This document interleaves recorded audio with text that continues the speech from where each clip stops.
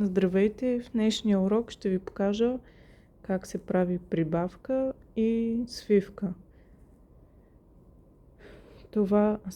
Тук съм си изплела Magic Ring, магически кръг, който може да видите как става в предното видео.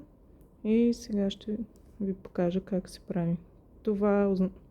Прибавка означава два ниски пълнежа в една бримка. Ето така, изплитаме си един нисък пълнеж и в абсолютно същата бримка изплитаме и втори нисък пълнеж и ето това е нашата прибавка. Ето така, следващата бримка един нисък пълнеж,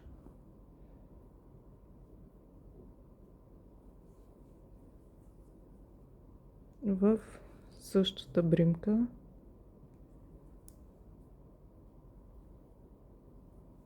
втори нисък пълнеж и така до края на реда. Това е абсолютно всяко начало масово на плетенето на играчки. Сега винаги има изключения, но винаги в повечето случаи се започва така с Magic Ring от 6 ниски пълнежа, след това 6 прибавки. Димек 6 пъти, 12 пъти нисък пълнеж, като във всяка бримка по 2 ниски пълнежа. И това няма нищо сложно.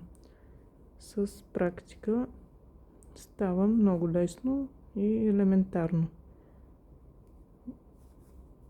Така. А за свивката също е много лесно. Тук сега ще си направя няколко само ниски пълнежа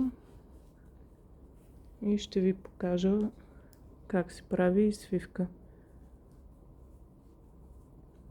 Свивките се правят вече към края на приключване на тялото, на ръцете, на краката.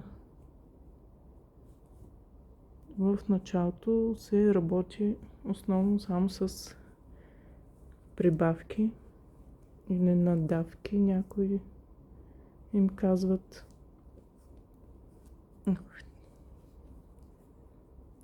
Така малко не ми е удобно,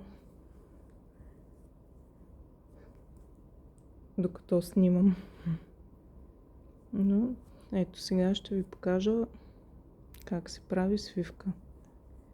Бримката се дели на предна и задна част. Свивката се прави като хващаме само предната част на едната бримка и на следващата до нея. Отново предната част. Тогава издърпваме прежда и се изплитаме като нисък пълнеж. Ето това е свивка. Промушваме през предната част на бримката и в следващата отново само предната част на бримката. И се изплитаме като нисък пълнеж. Ето виждате как ни се свива.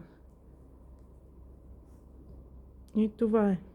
Няма нищо сложно. Ето предната част, задната част. Плетем свивката само в предната част на бримката. И това е за прибавка и надавка. Може да ме последвате за още такива видеа.